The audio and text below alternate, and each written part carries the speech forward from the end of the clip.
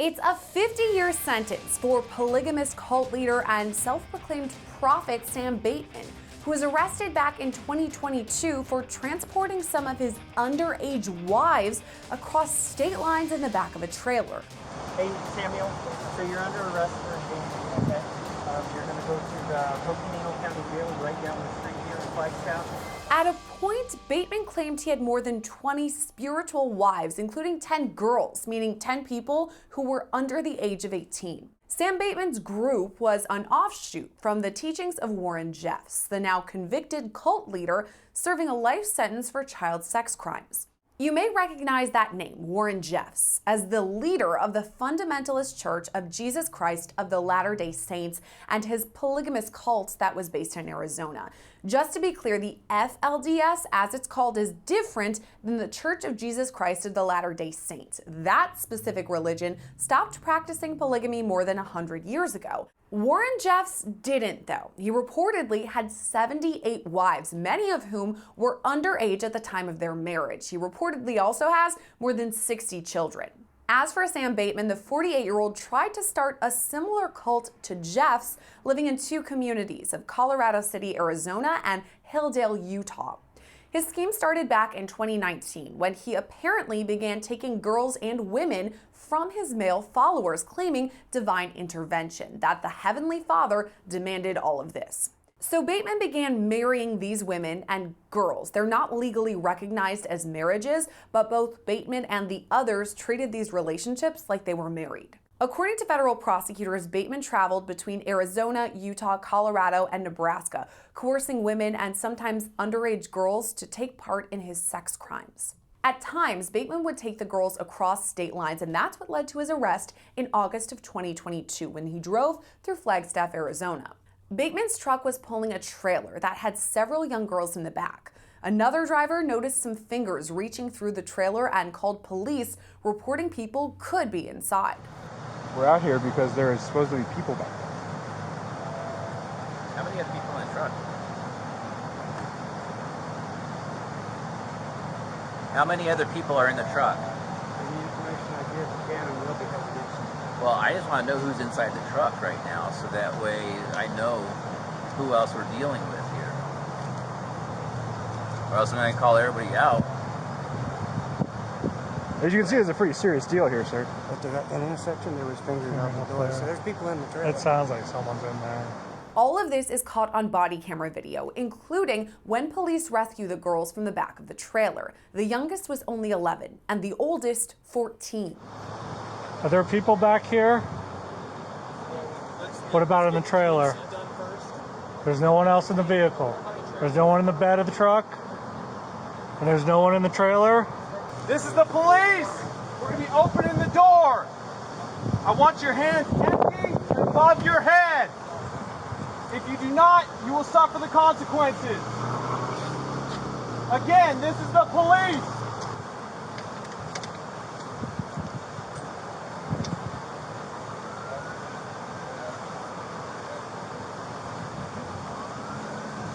Where are the hands? Let's see the hands! Let's get that other door open. There was hands sticking out of the top of the trailer. There's hands sticking out of the top of the trailer earlier. Let's see them. Let's see your hands. They're in front. Behind the curtain. Okay. Keep your hands up for me. Go and walk out towards me, okay? Try not to slip, all right? Just keep walking. Inside the trailer, first responders found a sofa, some camping chairs, and a makeshift toilet.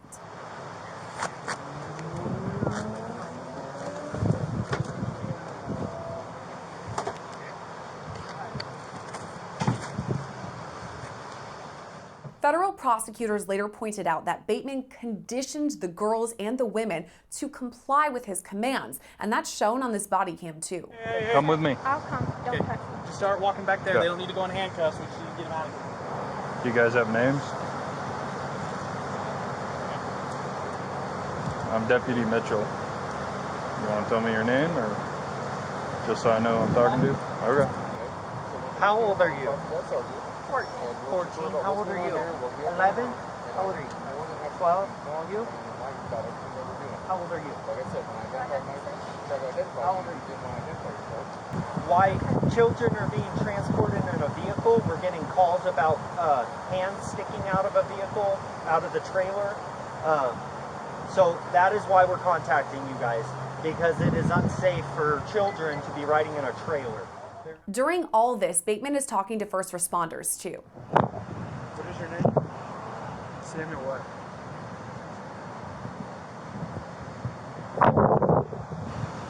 What is your name? Samuel what? Is he the driver? Yeah.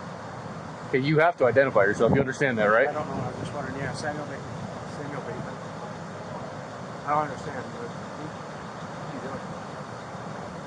They're trying to... Samuel, I just got here. Explain to me what's going on. Calm down first. I am calm. You're being videoed. Yeah, you're being videoed as well. Okay. Stuff?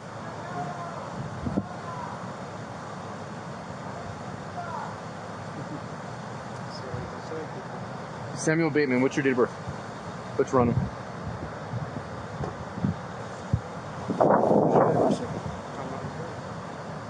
Okay.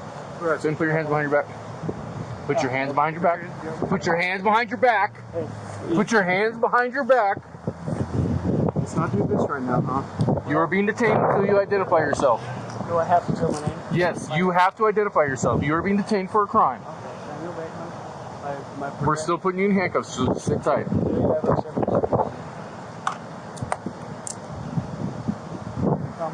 Don't do that.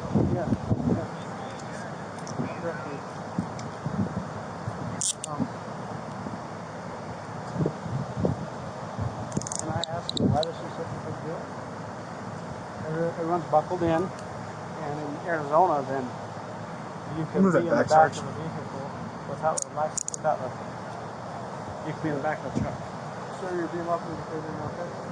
We just need to identify you, figure out what's going on, and we'll go from there. The reason I'm detaining you is because you failed to identify yourself when I asked. Okay? And I did. I said Samuel Bateman. Yeah, what about date of birth? Why didn't you ask me my social security number? That would have worked too. Bateman isn't super cooperative, and he's like this a few times with a few different officers. Where you guys from, Sam? I think you know, but I don't know. from Arizona. Okay. I'll just tell you right now, I'm not going to say anything. Okay. Go ahead, have a seat.